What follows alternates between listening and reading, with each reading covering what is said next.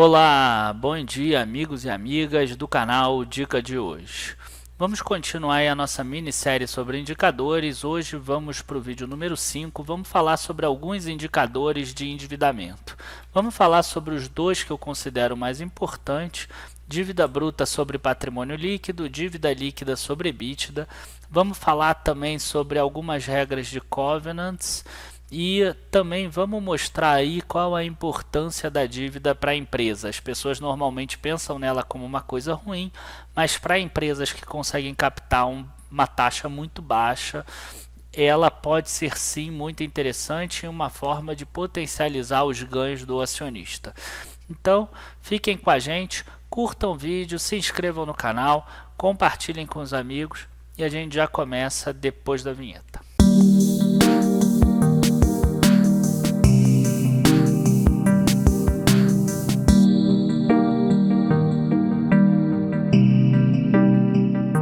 Bom, gente, a primeira coisa que eu quero mostrar para vocês é a seguinte: uma empresa, ela tem normalmente na gaveta alguns projetos que ela pretende fazer e alguns projetos que ela precisa fazer, porque senão os concorrentes vão chegar e vão tomar o mercado dela. Então vamos imaginar que, por exemplo, ela tem alguns projetos que tenham uma determinada taxa de retorno. Vamos imaginar, por exemplo, 12% ao ano. E ela consegue captar recursos no mercado a 9% ao ano, por exemplo. Então, se ela capta esse recurso, ela consegue realizar o projeto a 9% ao ano e ainda sobra 3% para o acionista, sem que a empresa coloque dinheiro novo. Quer dizer, o acionista vai ter um ganho e a empresa vai conseguir fazer aí um aumento da produção dela, um aumento da capacidade produtiva. A empresa vai poder melhorar os seus resultados. É claro que existe uma grande diferença entre a vida real e a vida imaginária.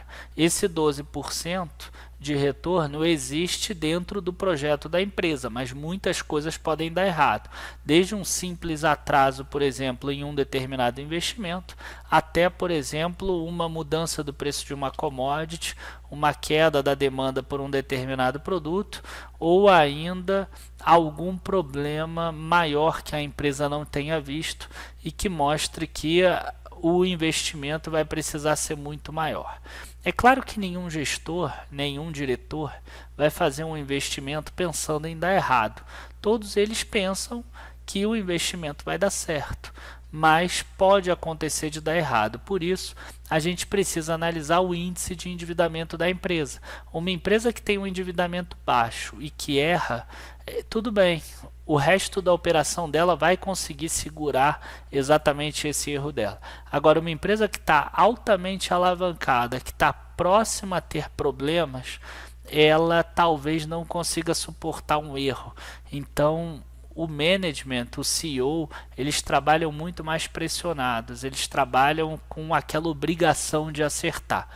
Então é muito importante a gente pensar na dívida aí como um todo, pensar que a dívida é uma coisa boa também, mas ela adiciona uma pitada de risco à empresa também, isso é inegável. O primeiro indicador que eu gosto de analisar é exatamente a dívida bruta sobre patrimônio líquido.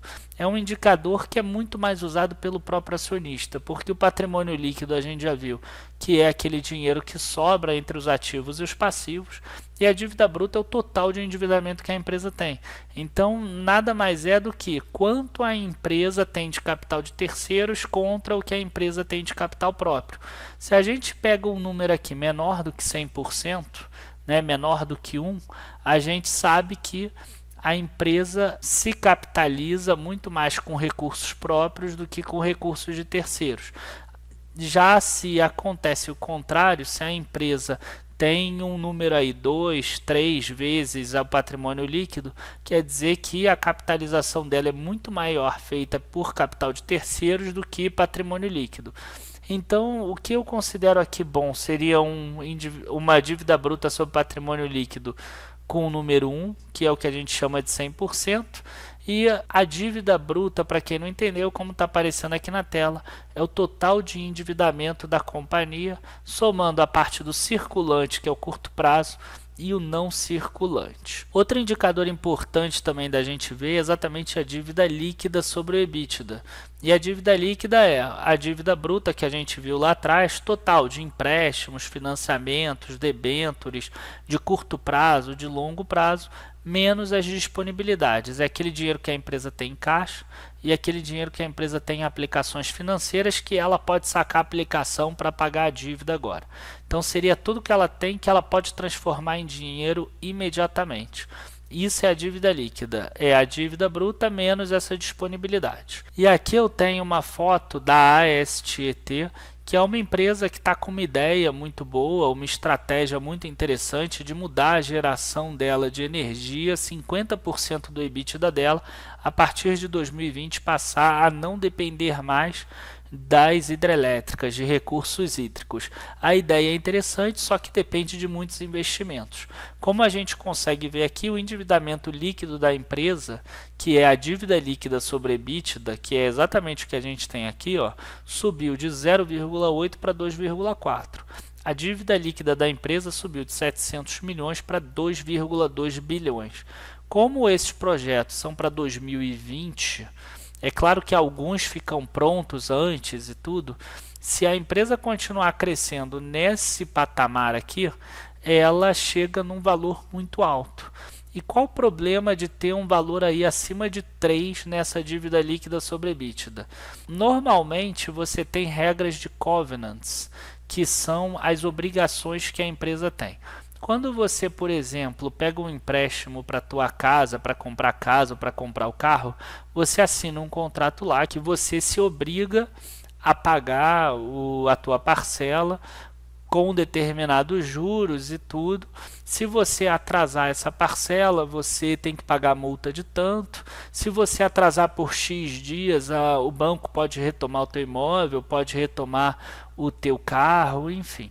A empresa é a mesma coisa. Ela, quando pega um empréstimo, ela tem algumas regras que ela tem que seguir. E a ASTET, ela tem aqui duas regras que são os covenants dela. Covenants nada mais são do que algumas regras que ela tem que seguir. Ela tem que ter um dívida líquida sobre EBITDA maior que 3,85 vezes. Hoje ainda tá bom, 2,4 vezes, mas assusta o fato de ter subido tanto. E o EBITDA ajustado dividido por despesas financeiras, que é 1,5 vezes. Esse aqui a gente não viu esse indicador, não é um indicador que eu uso tanto, mas ela está em 3,3 vezes. E outra coisa legal também da gente ver é esse cronograma de amortização. A gente vê que a empresa, apesar de ter aumentado muito a dívida dela, ela não tem muita coisa para pagar em 2018 e 2019. Ela só começa a ter coisa para pagar em 2020.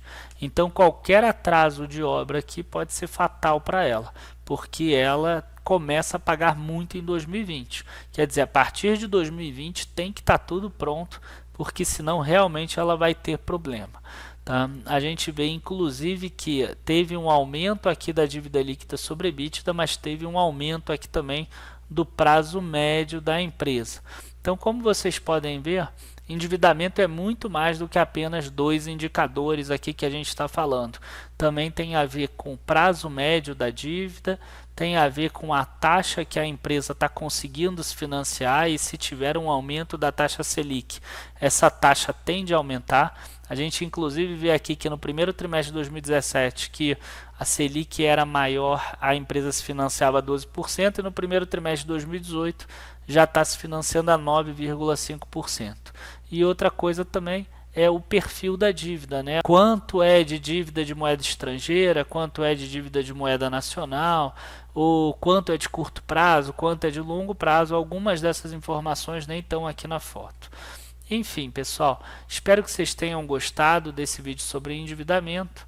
É muito importante a gente analisar isso para a empresa, e vocês têm que entender que a dívida é uma coisa boa para a empresa. Ela adiciona uma chance da empresa ter um retorno maior, de crescer o lucro dela, mas ela também adiciona uma pitada de risco, tá?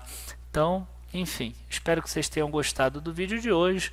Não se esqueçam de dar uma olhada lá no site www.dicadehoje7.com e também na área de membros, areademembros.dicadehoje7.com. Os links vão estar na descrição do vídeo. Abraços a todos e bons investimentos. Tchau, tchau.